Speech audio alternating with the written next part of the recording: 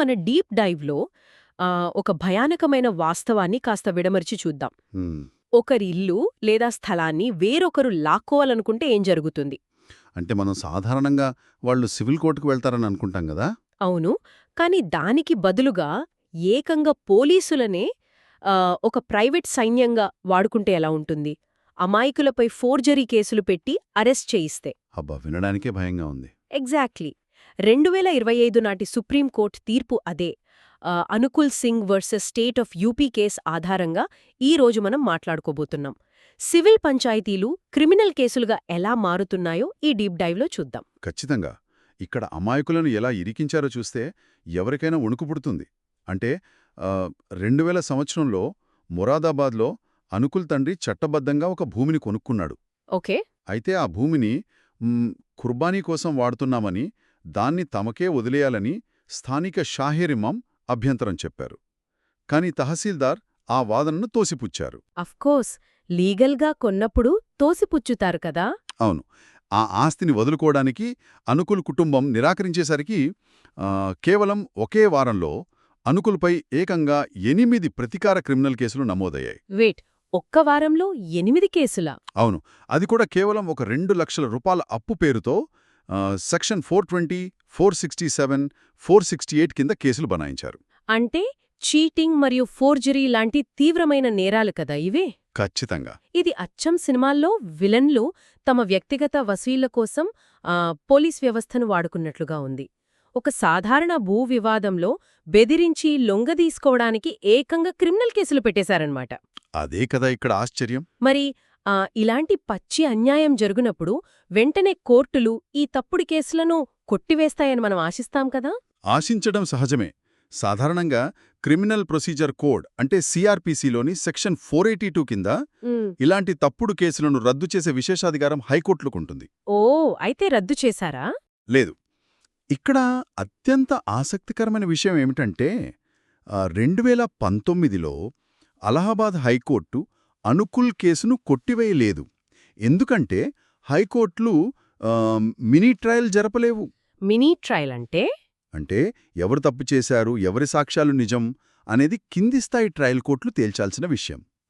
Trial జరగకుండా హైకోర్టులు నేరుగా సాక్ష్యాధారాలను పరిశోధించి తీర్పు చెప్పకూడదు. ఓ, లాజికల్గా చూస్తే అది కరెక్టేలేండి. ప్రతి కేసును హైకోర్టు విచారిస్తే ఇక కింది కోర్టులెందుకు? కానీ భజన్లాల్ కేసులో సుప్రీంకోర్టు కొన్ని మార్గదర్శకాలిచ్చింది కదా.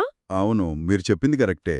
కక్ష సాధింపు కోసం పెట్టిన తప్పుడు కేసుల్లో హైకోర్టులు జోక్యం చేసుకోవచ్చని ఆ గైడ్లైన్స్ చెబుతున్నాయి కదా. ఖచ్చితంగా. భజన్లాల్ మార్గదర్శకాల ప్రకారం అసలు నేరమే జరగలేదని ప్రాథమికంగా తెలిసినప్పుడు దానిని కేటగిరీ 1గా పరిగణిస్తారు. ఓకే. లేదా కేవలం పగతో కక్ష సాధింపు చర్యగా కేసు పెట్టినప్పుడు అది కేటగిరీ 7 కిందకొస్తుంది. ఈ 2 సందర్భాల్లో సివిల్ వివాదాలకు క్రిమినల్ రంగు పులిమినప్పుడు ఆపేందుకు హైకోర్టులు కేసును రద్దు చేయవచ్చు. ఇదొక రక్షణ కవచం లాంటిదన్నమాట. కానీ నాకొక డౌట్. ఇక్కడ ఒక చిక్కుముడి కనిపిస్తోంది. హైకోర్టు సాక్ష్యాధారాలను చూడకూడదని నియమం ఉంటే మరి అది పగతో పెట్టిన కేసో కాదో ఎలా నిరూపితమవుతుంది? మంచి ప్రశ్న.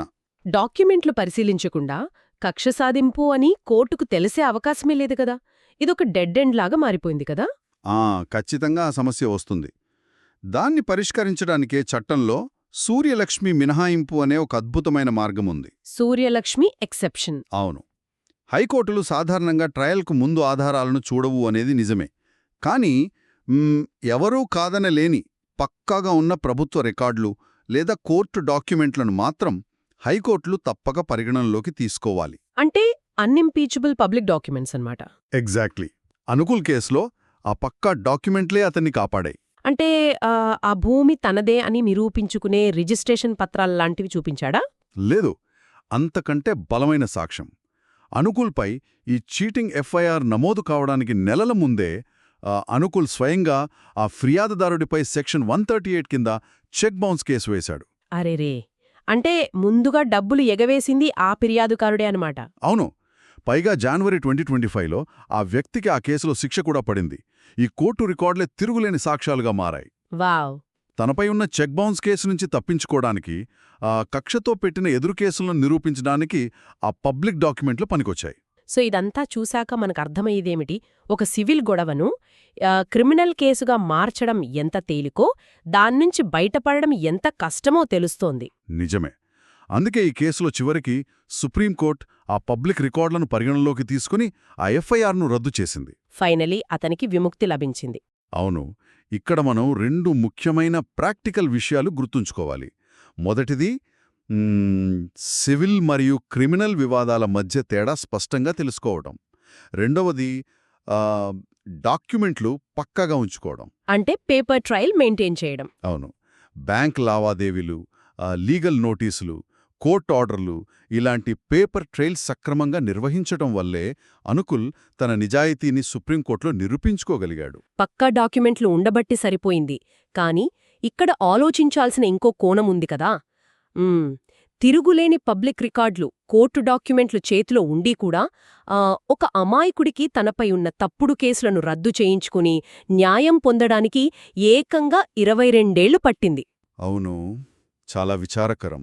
అదే కదా.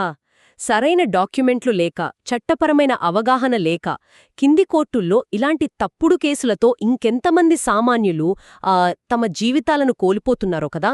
ఈ కోణంలో మన చట్టాలు ఇంకెంత వేగంగా పనిచేయాల్సిన అవసరముందో ఎవ్వరికీ వారు ప్రశ్నించుకోవాలి.